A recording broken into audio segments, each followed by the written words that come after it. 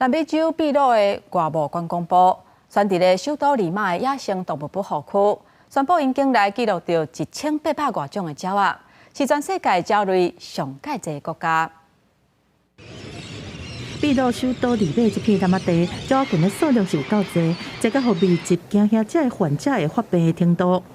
在南美洲西北部的秘鲁，因为丰富的地理和气候形态，加上拄好是伫个过冬鸟飞的路线，和巴西、哥伦比亚是互叫做南美三大鸟仔上侪的国家。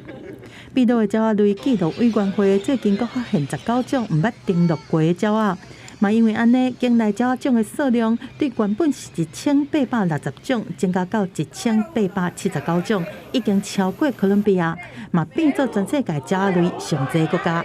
El Perú es de alguna manera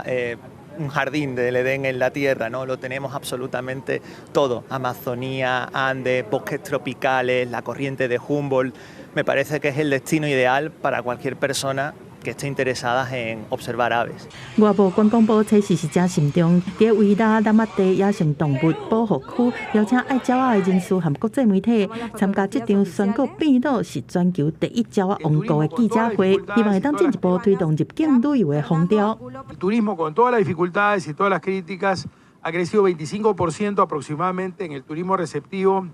y cerca de 29%